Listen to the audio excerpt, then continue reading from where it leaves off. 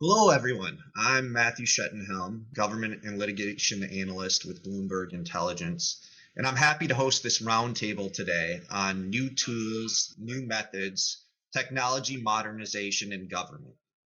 I focus on government policy and legal issues affecting communications companies, and I've worked in this role for about 6 years now. But before starting here, I spent a decade as an attorney representing government clients on technology and communications issues that we're going to talk about today. And so it's an exciting topic. It's an important topic. And as in the private sector, government agencies are finding that the secure delivery of key citizen services and benefits requires digitization. It requires institutions to modernize their technological infrastructure. Information must be accessible and delivered safely across silos to constituents. Technological innovations such as cloud platforms and AI enable governments to do the work necessary to ensure resilient societies. And the work of transforming technology to meet current and future needs is happening across governments, across the globe, as we're going to see today. Social services to provide, treasury to fund, everything in between. They're changing their methods as well as upgrading their tools. Before we begin the program today, a couple housekeeping notes. This is a virtual event, so please bear with us if we experience any technical issues. If Zoom crashes or if you get disconnected, please close and reopen the application or refresh your browser and log back in. If you have any other applications or web pages open, please close them now. That can affect your bandwidth, your ability to interact with everyone in the meeting. And we want to keep this conversation conversational. So if anytime you'd like to chime in on a topic, please use the raise hand feature. At the top of your Zoom window, you'll see that raise hand icon. If you want to speak, you can click on that button. I'll do my best to call on you. If you're not speaking, please mute yourself and don't forget to unmute yourself if you get called on. We want to make sure we hear from everyone, so please make sure to keep your comments short, not more than 1 to 2 minutes per question if you can.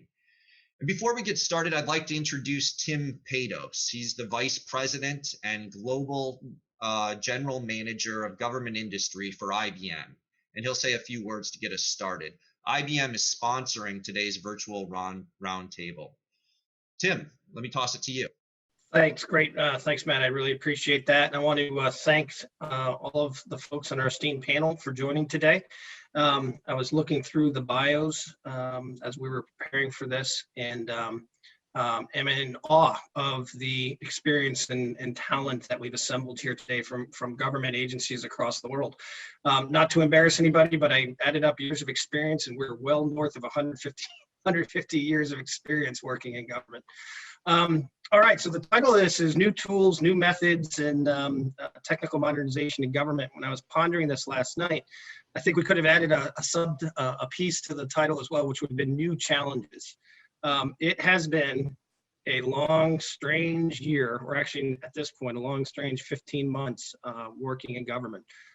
This time last year, minus a few weeks, there was this thing out in the horizon, a storm cloud gathering, called COVID-19.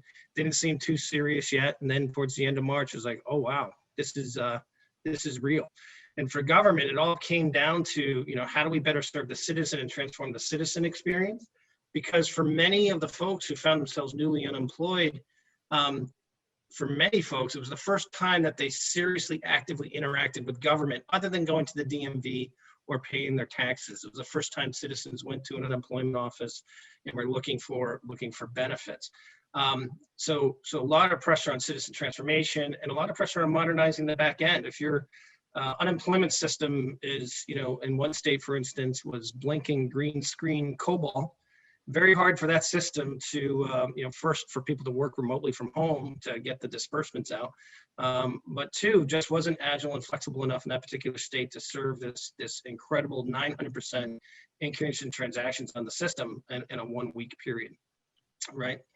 Now, prior to COVID, we have been talking to many government agencies around digital transformation, leveraging technology. But it had always been, some kicking tires, some experimentation, some great things that some agencies were doing, but wasn't really mainstream. It wasn't embedded in the business. And COVID really changed all about that, changed all of that. Now, digital transformation is necessary. It's no longer extracurricular. Every agency we're talking to is speaking with is working on it. So now we're all about emerging stronger, more agile, more resilient, with more flexibility, and really trying to eliminate the fragility in government and dealing with these challenges.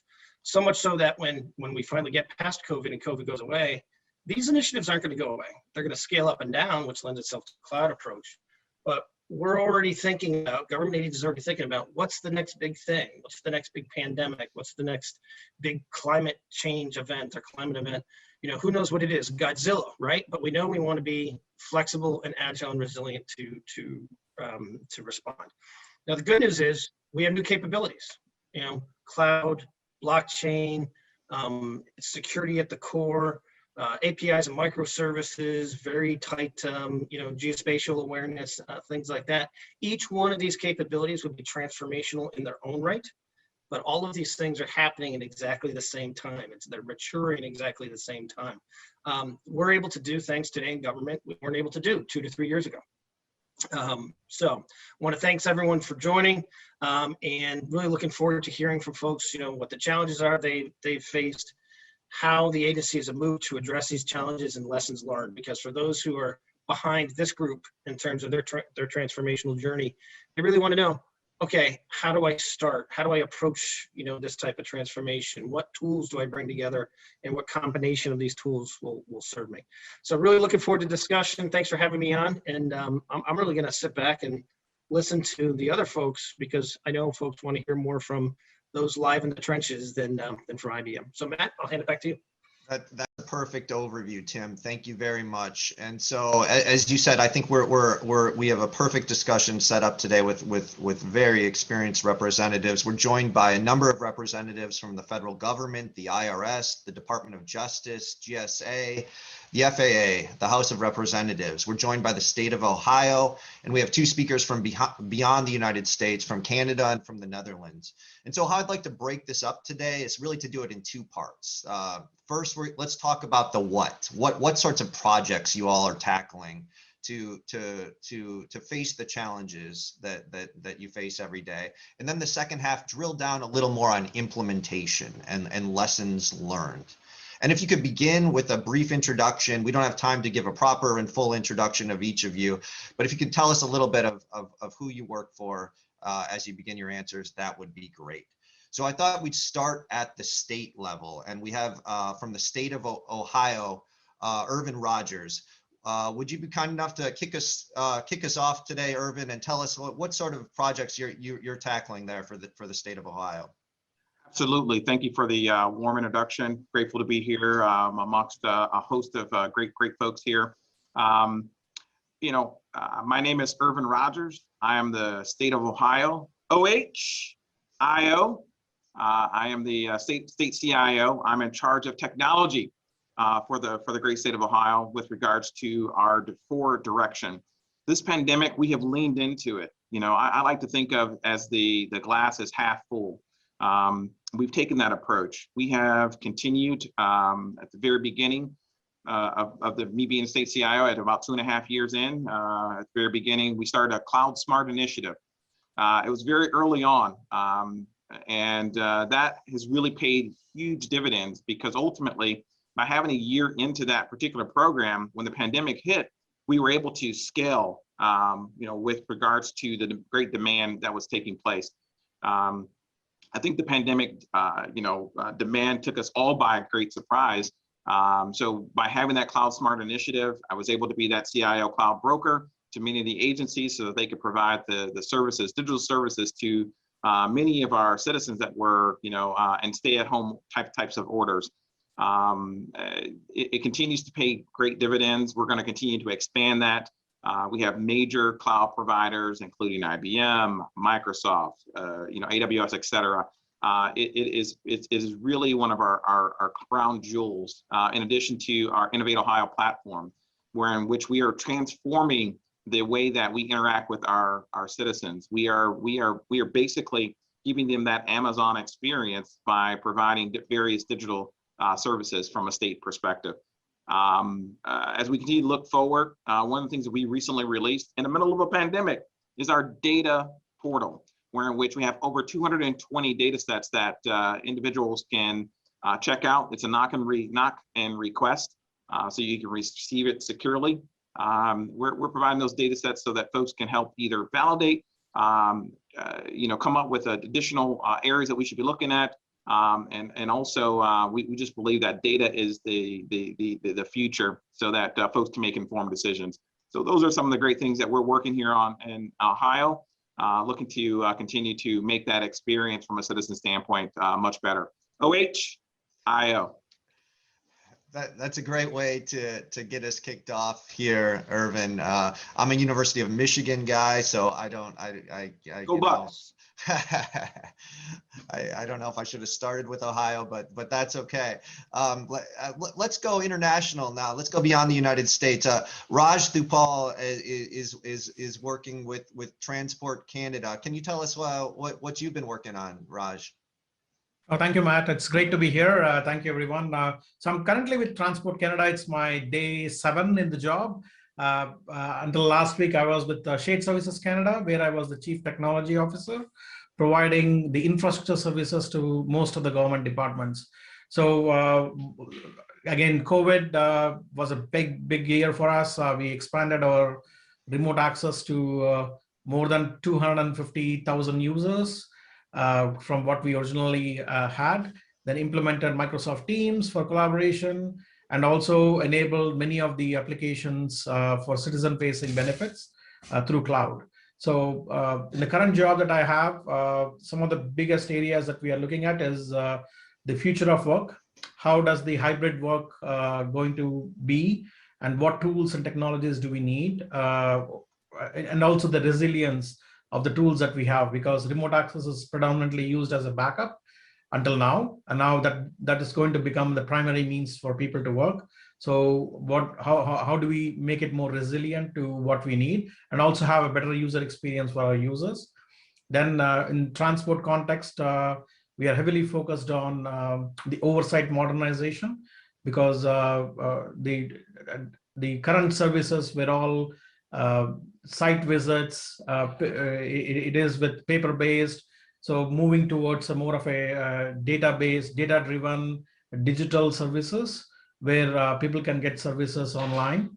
So that's driving us to move forward to adopting some of the new technologies, which includes cloud for obvious reasons. We are leveraging, or we plan to leverage cloud quite a bit, including the microservices within the cloud. We have a few projects going on right now for remote robotic process automation to automate a number of processes that we have. So that's something that's on the go, more from an internal services perspective, and also leveraging AI for decision making, and incorporating AI into many of the tools that we are already using, modernizing the applications to be more for the inspectors and others to use it digitally rather than using paper to record inspections and do the analysis after that. So those are at a very high level some of the technology that we are going to leverage to feed into our application modernization and the service modernization, to improve the resilience of our infrastructure and also applications. And number 2 is to, as people work remotely, or as we provide services remotely, how do we modernize the way forward, so that people don't have to visit or come to an office or visit locations. And so feeding into that is the cybersecurity, which is going to be the underlying technology and processes required to ensure privacy and also the security of information. So there's a bunch of work that we are doing with respect to cybersecurity as well. So at a very high level, that's what we are focusing on from a Transport Canada perspective. But from a shared services perspective as well, like I said, we are looking beyond what we have done I don't belong there right now, but I've been heavily involved in the planning for the next steps. I'll stop there right now. Thanks, Matt. Great, thank you, Raj. That's a great overview. Let's stay international and go to the Netherlands. Lourens, Visser, can you walk us through some of the challenges you've faced and some of the solutions you're implementing there? Yes, of course. Hello, everyone. Really nice to be here. I'm Lourens Visser. I'm the central government CIO in the Netherlands. A little bit of my background. I came originally from the Navy. I spent 15 years as a naval officer on air defense and communication. I spent 12 years in IT industry. So I was a former colleague of IBM, so maybe even of Tim, and also Accenture and Logica. And for the past 11 years, I've been working in CIO roles at the Port of Rotterdam, at the Dutch Prison Services, and for the now 16 months or so in this role. My role is to promote and to foster the use and to optimize the ICT and information services across the government. But I have no power position. Every ministry in the Netherlands has its own IT, so I have a dotted line, so to say, to the CIOs of the ministries and the big execution organizations like tax services and social security services and so on. So currently we are working on a new IT strategy. We just had new elections, so there will be new government hopefully in the coming months, but it can take a bit longer. And part of the challenges ahead are, I will mention 4 of them. First is what we say is the renewal of the IT landscape. So we have a big issue in the Netherlands with legacy. Many institutions have IT for a long time, but they are using applications for 10, 20, or even 30 years or longer. So cloud is an important part of this program, and we are really behind the industry, and I think also behind other countries where it comes to cloud adoption. We come from a position that we were not allowed to use cloud. We are now reluctantly starting to have some cloud applications, but we want to move forward and we want to move faster. And that's a big issue because in the Netherlands, we not only have we see all the advantages of IT and of cloud, we also have a big counter force, especially in Parliament, where cloud is associated with the big tech industries, with the issues we have with the GDPR, which is an important issue in Europe and especially also in the Netherlands.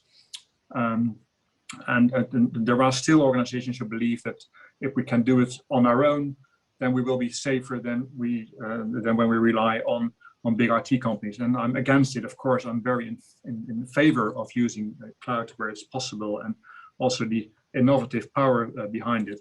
But this is one of the big topics to go. And we used also this COVID crisis to push the nationwide, I think more than 150,000 civil servants within 3 weeks to be able to use video conferencing, which if I want to do that the normal way with all the debate we have, then it would have taken 4 or 5 years.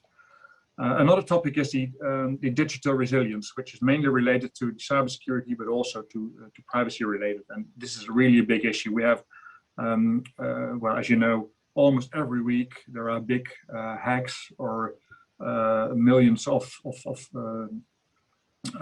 privacy related data that goes out of the hands on the market.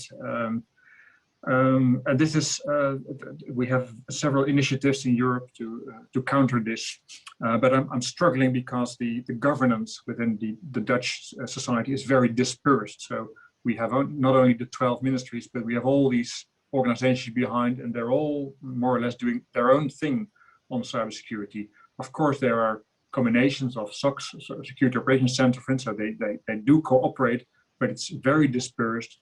It's very vulnerable, as I can see it. And although we are doing pretty well when you compare to other countries, and that's also what we see in these international rankings lists, we are always in the top 4 or so, but I think we are really lagging behind, and we need to do more on this. Another topic, as it was mentioned before, is remote working. So we are looking into the hybrid offices. We have many offices in government in the Netherlands, and we are making our business case to get less floor space, to get more usage of the remote working facilities we have enabled every employee now in the past year. So that will be beneficial for traffic jams, for the for the pollution, all these things, and also for a better work-life balance. This is really a big topic now, which is being accelerated by the COVID crisis. And in general, if you look at the society, then we have I would say, a digital first policy. We want to have every service being provided by the government being accessible in digital means, but not digital only. We also need to care for all the people who do not have access or are not able, illiterate, for instance. So digital inclusiveness is also a big topic in the Netherlands. I think as an introduction, that's enough for now. That's a great overview, Lourens. Thank you very much. And you mentioned sort of the disjointed regulation of cybersecurity. I think that's something that we in the United States are still working out, both at the state and the federal government level. Let's shift now to the federal government. I'm in DC here, and we have a number of representatives from the federal government. I thought let's start it off with the Internal Revenue Service. We have Justin and Harrison both here from the IRS. Can you guys walk us through some challenges and opportunities you all have pursued? Absolutely, be happy to. Harrison? I was gonna say you get to go first because your last name starts with A, so. Sounds good. Well, I mean, I think the first thing we want to point out is that the Internal Revenue Service is the agency that funds the federal government. We support the federal government making everything possible. And we touch all the citizens. So our ability to create a taxpayer experience that is world-class and safe and secure is at the heart of what we do.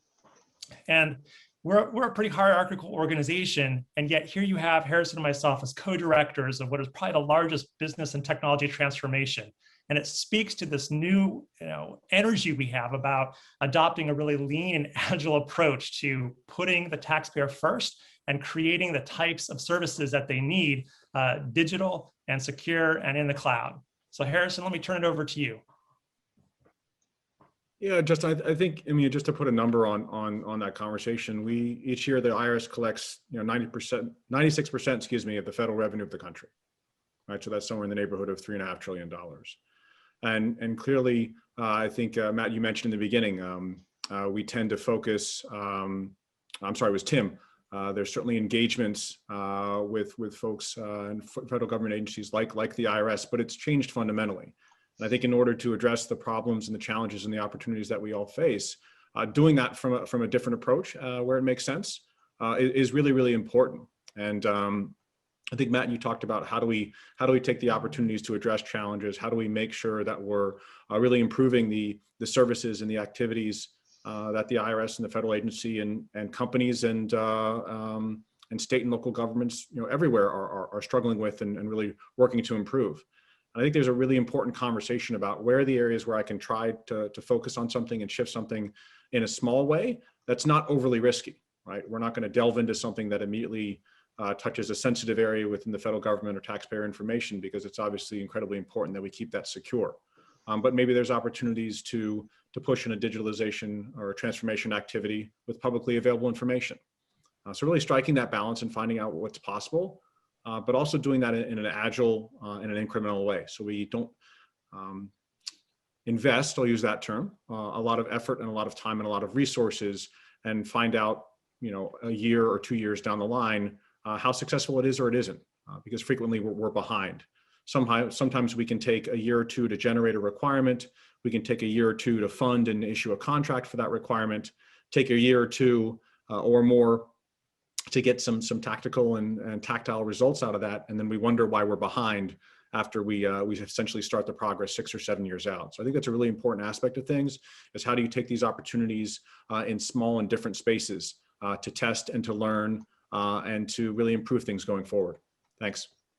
And I was just going to add that, so that sort of lean agile approach is one where on case management, we've been able to take a new platform. We use Pegasystems as our case management backbone in April, move to the cloud, go live by December with our first application. We'll have another application live here in the next 2 weeks. It's that type of sort of commitment to business-centered involvement that gets us products that will work into the cloud and to the user as fast as we can. But we're doing it incrementally, iteratively, just using the best agile practices. So as Harrison said, we're going to deliver something that works, low risk, low upfront investment, fast to the customer, prove it out, and then move on. So I'm very proud of what we're accomplishing. I was going to say the other item that I would highlight is we were talking a lot about the technology and the tools, right? But there's business processes and there's policy, right? Justin was talking specifically about a platform that was stood up, and kudos to the team that worked on that. It's really amazing work, that cadence for the rollout of capability.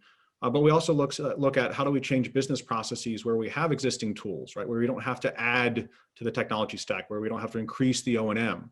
We say, hey, we can use this particular technology or tool in a situation that we haven't before.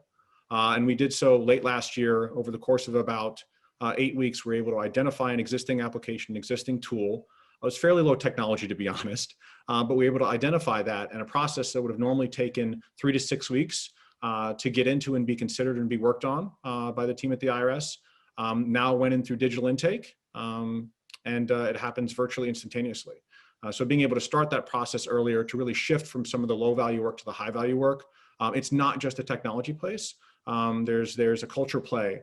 There's a business process play. There's a policy play. There's a risk conversation to be had as well. So I think that's a really important aspect of this as well. Thanks for letting me add that, Justin. That's great, Harrison and Justin. I hope we'll use the second half of our conversation to really dive into more of those implementation lessons learned throughout your work. Let's turn it over to on the legislative side. We're fortunate to have Alan Thompson here from the U.S. House of Representatives. Alan, can you talk through some of your work, please?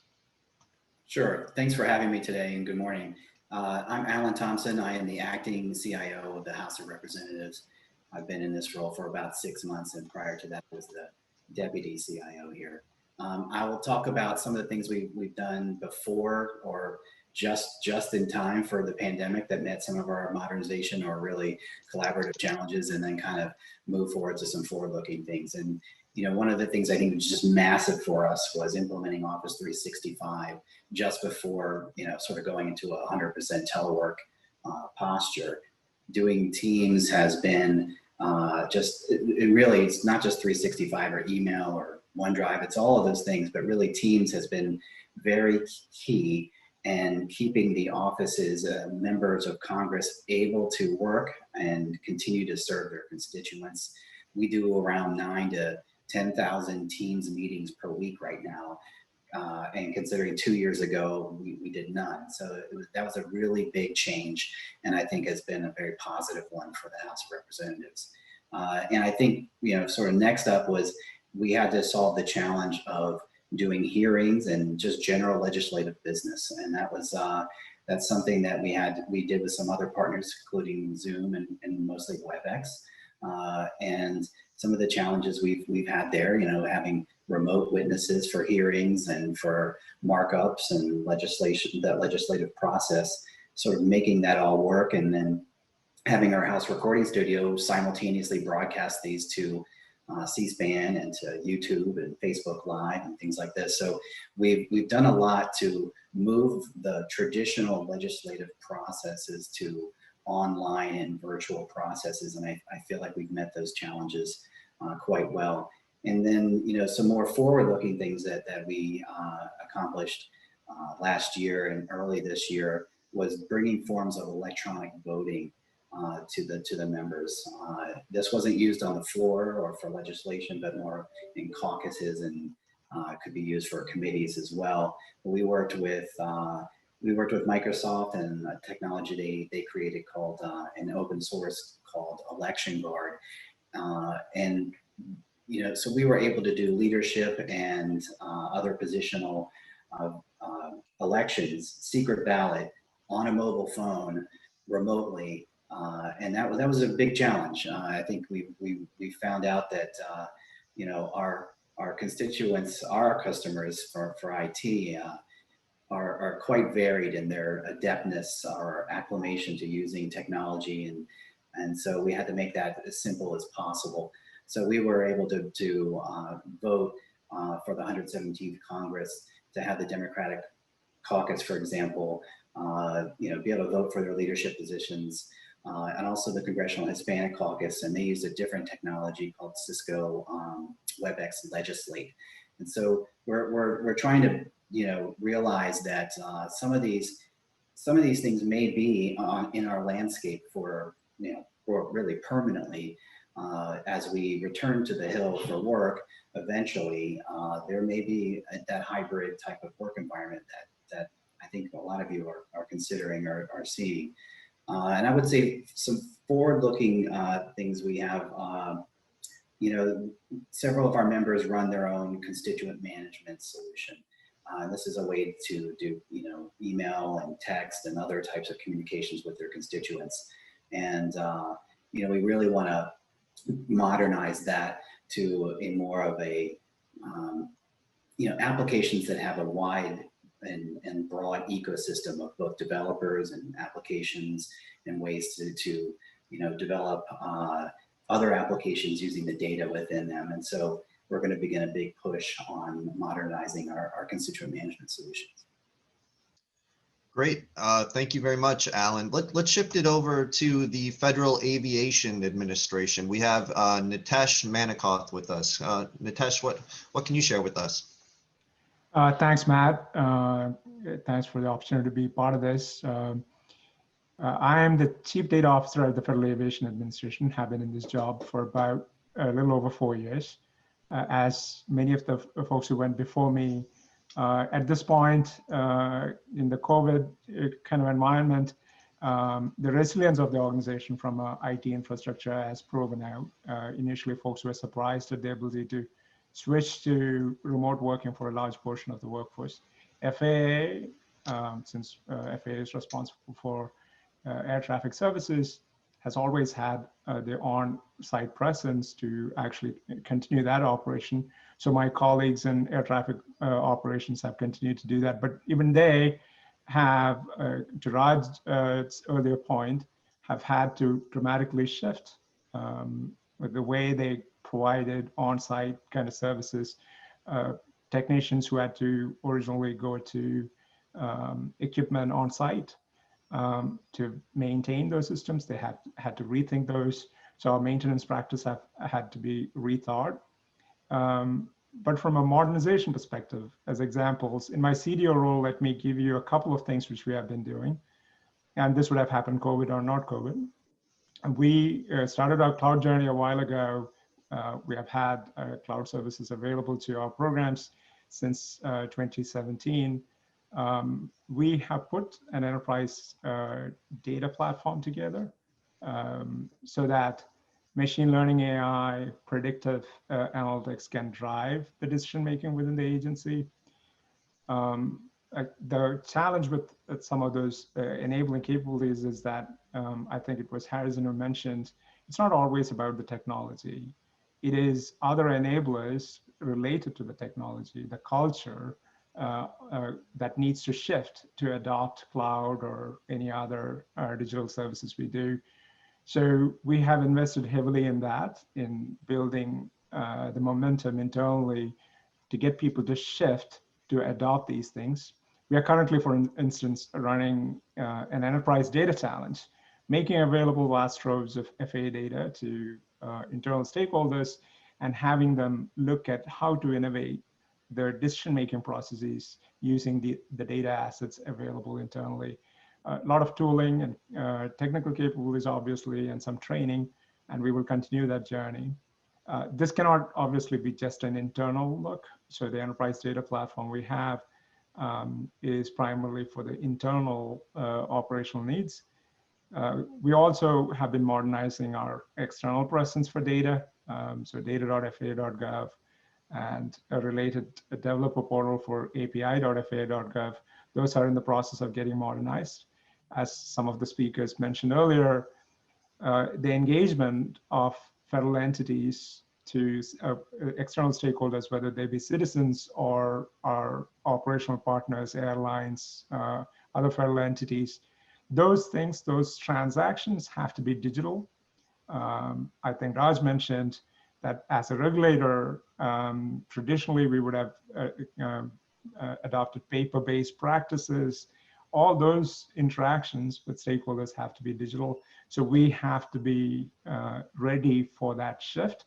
So those are a couple of significant technical capabilities that we have been working on from a data perspective.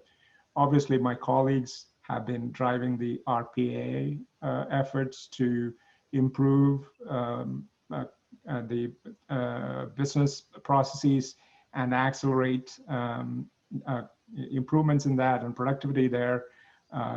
The remote working has made kind of pushed us to continue to look at how to make employee experience better, provide them the tools needed to work from wherever they are.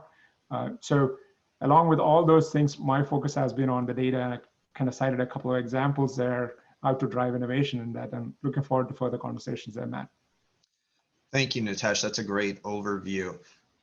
We have with us Beth Killoran from the U.S. General Services Administration. Beth, can you tell us what sort of projects you've been tackling there? Great. Good morning, everyone, and thank you for the participation, and glad to be part of this Hollywood Squares. So I have been in federal government for over 25 years. GSA is my fourth federal agency. Been here for about 2.5 years, where I'm the Deputy Chief Information Officer and Acting Chief Technology Officer. Before that, I was actually at the Department of Health and Human Services, doing the direct response, which would have been COVID, but doing Ebola and Zika, where I was the CIO. And similar to many of the stories that you've heard today, GSA has really kind of on our second wave of technology. The first part was really around IT modernization, where we really leaned into cloud. We actually do not own a data center anymore. We actually have over 50% of our applications that are cloud enabled, and we really don't do paper-based operations at this point. And so we're really excited about, we had started even before the pandemic on our digital government journey. And before we had even started that, we wanted to make sure from our IT modernization perspective, you know, and what we had learned, what kind of cost savings did we achieve, how we can enhance our customer experience. But I think as the IRS mentioned, you really have to look at the business processes that you have as well. Because some of the technology that you're going to enable or implement, if you are using an old business process and trying to make a lot of customizations into those platforms, you're really losing the value of the platform. So you have to change to what the platform allows versus the platform of changing to you. And so with that, our digital transformation really had started prior to the pandemic, and really looking at some of the things that you had heard, which is, and it really aligns to some of the new administration priorities. How can we look at the workplace of the future? GSA has one of the largest federal buildings or building real estate in the world. We have the third largest fleet. And as the administration's looking to having our fleet go and change and evolve to be more energy efficient, what does that entail? So we have technology that we're going to have for smart buildings, for energy efficient vehicles, that we have to think about how we take some of that unstructured data into a structured world. In addition to that, as others have mentioned, we have been looking at artificial intelligence and machine learning, and how, you know, RPA has already saved us, you know, a significant amount of labor from our employees, so that they can go from that kind of traditional data entry work to more higher value work. And now moving into some of the artificial intelligence to that kind of next level of learning, and making sure that we're putting some technology in. And we actually have been hosting competitions to make sure that we're getting the best ideas, not just internally from our organization, but from across the sector. So I think that what we're looking at within GSA is, what is that nexus between our customers, our employees, and the technology? and really how can we better deliver and modernize our technology to deliver our services more effectively, and then in the ways that our citizens want to take those. Obviously, the last piece of work that we do is we have a very large electronic marketplace. We have billions of dollars in acquisitions that we do on behalf of our federal agencies every year. And so we actually had a digital marketplace even before Amazon. But how do we make sure that we're using that capability and modernizing it with some of the capabilities that we have? We're also looking at new ways of doing contracts for IT services. We just awarded our first contract, which will help us to not only commoditize, as we do with cloud licensing and storage space, but how do we commoditize services? How do we make sure that we're evaluating that innovation is continuing to be provided by our contract workforce and not just saying, okay, I'm meeting my SLA by answering the phone, making sure that we're incentivizing our folks to commoditize and reducing our costs while increasing the rate of digitization. So that's some of the things we're working on right now. Wonderful, Beth. Thank you very much. I want to bring Ron Bewtra into this conversation for working for the Department of Justice. Ron, I understand you've worked on the department's data strategy. Can you walk us through that? Yeah, absolutely. Let me first say that I've really enjoyed all the comments we're seeing, and it's never good to follow Beth Killoran. She's always doing some fantastic work, and it's good to see some other friends out here on the panel. So yeah, so there's a couple things I want to, before I get into the data strategy, there's a lot of really good comments that I've been hearing that I think is represented in what we're doing at the department. There's been a drive to having elasticity and to have a nimble infrastructure that we can build upon, and we've seen the benefits of that as we've moved into this modern era. That has really been accelerating some of the other needs we've had. So I've had the privilege of developing the department's data strategy. And what we're seeing is this emphasis on what is good for the users, bringing services to them, and what is the needs that they need from an application perspective and a data perspective. So being involved in each one of those, let me just highlight that from a data perspective, we are seeing this need for data management, data interoperability, identity management, and making sure that we have a data-aware workforce. And that is going to help us drive towards the future, and we're seeing accelerations in each one of those pillars.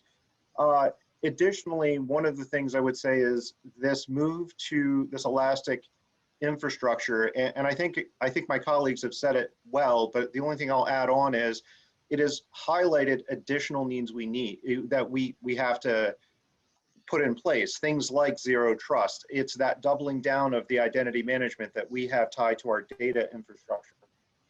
You're seeing people think about not just cloud, but what does it mean to be in hybrid cloud versus, should I be thinking about what types of cloud stacks? There's complexity that we are seeing as we move into these new paradigms.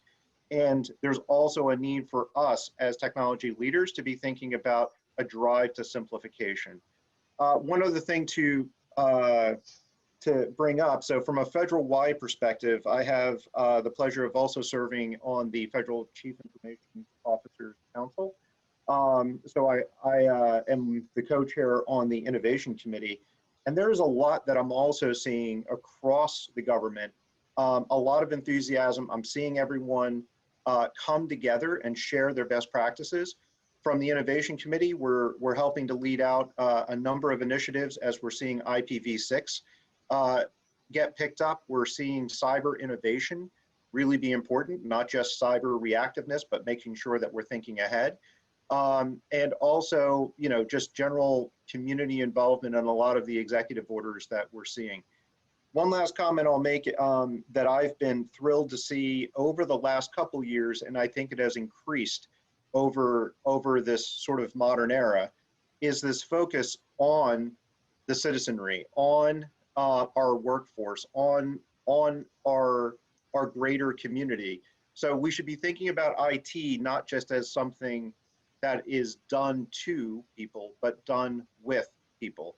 And that citizen-centric customer experience centric approach has been well adopted inside of the government. And I think, for everywhere you see it, you see others raising their hands and moving into that direction. Thank you, Matt. Thank you, Ron. That's great. And so now we have about 11 minutes left here. I'd like to spend the second half sort of doing sort of a tag team effort, kind of focused more on lessons learned. And we touched on that a little bit. What on day one, what do you wish someone had told you about what's important as you implement these innovations? What else should they be thinking about? And feel free to use the hand raising tool here as you chime in, and maybe we can move the conversation around quickly over these next 10 minutes. Let's start it off. Ervan, do you want to talk through some lessons learned, and we'll go from there? Certainly. I think some of the key quick lesson learns are at the beginning of the pandemic. From a government standpoint, we typically work in traditional offices. So having a virtual ability to get everyone working from home, that was a major paradigm shift. It was something I was used to in my private industry experience, but I think at the very beginning, having a playbook to still create a sense of community while being virtual would have been probably a handbook that I would have read prior to the pandemic. Our usage of Microsoft Teams went from 5% to 100%. If I try and take it from someone's going to probably do something very bad to me. So thank you. Great. Harrison and Justin, I see your hands up. What can you share from the IRS side? I think a piece, since Justin went first last time, I'll go first this time. I think what's really important is to be able to identify the places where, as the IRS Commissioner Chuck Reddick says, is that you can swing for the fences and understand that you're not going to make contact all the time. And as long as that's in a good and a known and a managed space, that's the kind of thing that you need to be able to do. I mean, if you, in that space of trying new approaches, again, that's got to be managed, and you have to be careful about the risk that you're taking on. But if you're 100% successful, then you're probably not trying hard enough. And the opportunities to take targeted, intentional, and managed risk shots. And if they don't work out, okay, you thought through it, learn from it. And if you can do that quickly enough, try it again. I think it's an important activity to have as part of your portfolio of the approach to improving things from a digital perspective. I think that was great. I love the moonshot analogy, Harrison. I mean, from a IRS perspective, I mean, my lesson learned, I think, is always going to be end user, end user, end user. You can never think about the end user too much. And for us, that meant thinking through what is it that the taxpayer is going to need as we move through those EIP payments. When we pumped out 160 million payments in a super short time period, and what people needed was the ability to be able to check, has this hit my account and where's the status? And so the IT organization did a fabulous job of getting that tool out to the end user. So just for me, the lesson learned is always, what does the end user need? Engage them and bring them in from day one. Great, Justin, great responses there. Beth, I think I saw your hand next. Do you have? Yeah, I think that this particular panel shows one of the biggest lessons learned, which is it takes a village, and we have a lot more in common than we have opposing. So we need to make sure that we're building communities as a practice for these types of areas, and we need to be doing them at a broader scale than we do. Making sure that we're looking at state, local, and even international capabilities, because as one of us builds things and we have learned lessons, being able to share those allow us to scale and think of open source capabilities, and making sure that we have that from the communities of practice so that we can accelerate and share those lessons learned so that others can build more quickly. The other part of this is the cultural change of any technology enablement is usually the hardest part. Right? So you need to make sure that you're talking to your constituents, you're talking to your customers, you're talking to your leadership. And even if you thought that you've communicated effectively, try it again, because in many cases you need to make sure you're doing it in that plain language, you're doing it in multiple methods, because you're only going to be as successful as the velocity of change by which your customers can take. And so you have to be engaging them all along the journey to make sure that they're ready for the change, that they understand the change, and they see that the value of what you're going to put out from a technology perspective. This is not a you build it and they will come. You have to build it with them as part of it and the builders next to you so that you're building it, the community together. Wonderful, Beth. Thank you. Raj, what's your take here? Actually, Beth covered it quite well. The one point that I wanted to make, I would just add stakeholders into that equation as well to bring them along the way so that you don't have some surprises towards the end. A couple other things that I would like to add is to look at the governance and processes. Typically in government, we tend to focus more on accountability, alignment to policy, and risk management. I think there's a risk of what we learned during COVID is there's a risk of not doing things faster. And that risk was higher than risk of not meeting a policy or a process or some pre-established notion of how we should do things. I think that was a good lesson learned for us. And then lastly, it's to never underestimate the partnerships that we build and how to leverage those partnerships, whether with the customer groups, the stakeholders, and also vendors. For a lot of things that we did, like all these groups came together quite well to be able to deliver on things at the moment when we needed them. So I would leave it at that. Okay, great. Natesh? One additional lesson, and this probably is lessons which we already know, in the sense that we always say leadership buy-in, support for initiatives is important.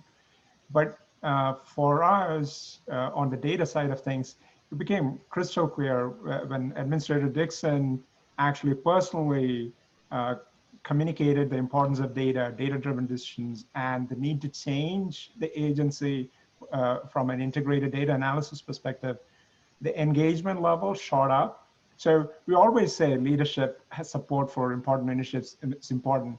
But for the workforce to see that the leaders are actually talking about it from a perspective, from their personal perspective of the kind of change and the impact of that change, it's driven home at a bigger magnitude than you can imagine. So communicate, as Beth said. But if you can get your leaders to put a personal face on it, it makes an enormous difference.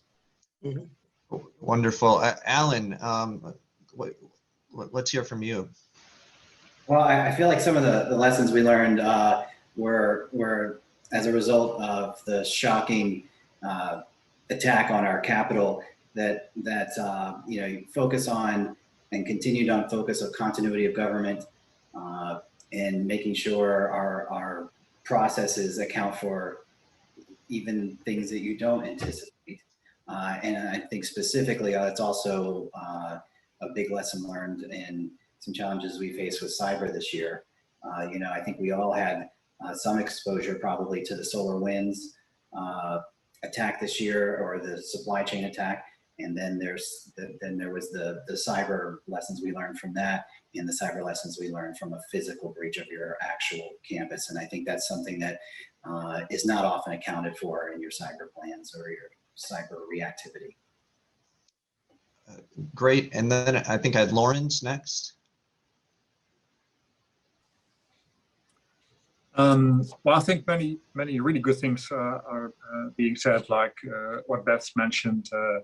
The most important and the most difficult things are the cultural aspects. And I'm not only dealing with the end users, but I'm also dealing with the politicians. And for instance, in the Netherlands, we have hardly any IT savvy people in parliament. They don't exist. So I need to train these guys. I need to educate them, and not only focus on the things that go wrong. So my lesson is, I think the biggest lesson I learned is that IT is emotion. Everyone has some experience, some feeling about an IT service, how it's accessible, how it's working, and we can learn a lot from the commercial IT providers, especially cloud providers who deal with all people, and not only the civil servants. So that's my experience. So I would say, keep taking the initiative. Don't wait for others to do it. Try to make it less political. That's what I try to do, because when it becomes political, then you can't influence hardly the decision making. about anything. For instance, a policy on the adoption of cloud. Keep communicating, that has been mentioned before, and use the errors to learn, because we had a big issue with the benefits on childcare in the Netherlands. It made the whole government resign, and that's the issues. The early signs were already 12 years ago.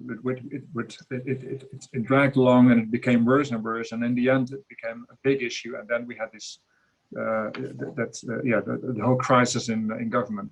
So if we are able to learn and to see the errors and to correct them quickly, then it benefits, and we build trust, and trust is what we need from both the citizen as the parliament. So that's that's what I can contribute. Wonderful, Lourens. Thank you. And I think this is a great chance to toss it back to Tim. Tim, do you interested in your perspectives, and maybe you can close it out and from a big picture view? Yeah, absolutely. And thanks everyone again this has been a really interesting conversation. I've taken a bunch of notes and learned a whole lot. If I was going to tease out some themes from what folks are doing across the agencies and what we've learned is, I think Beth hit a nice point, which is this is a journey, not an event, and it requires a deliberate and thoughtful approach. Key lesson, do not go out and try to build the intergalactic cloud-based data management interoperability thing in the sky and hope that everyone's going to come and use it, right? It's almost like we need to set aside the technology for a moment and think about what our mission and business objective is. Think about what the key use cases, what are the key things that if we could just get done will really serve our organizations and really serve the citizenry, move iteratively. So focus on the business mission, focus with citizen experience and user experience at the core. Take down use case after use case, build skill, build competence, but more importantly, build trust across your organization and within the ecosystem so that you're bringing the organization and the people and the citizens ultimately with you as you go down this journey. So pretty important point there. That's great. And I think that's a nice way to close it out. I want to thank everyone who participated in this conversation today. We will send you the event highlights article once it's complete. And a special thank you to our sponsor of the event today, IBM. Thank you, everyone, and have a good day. Thanks.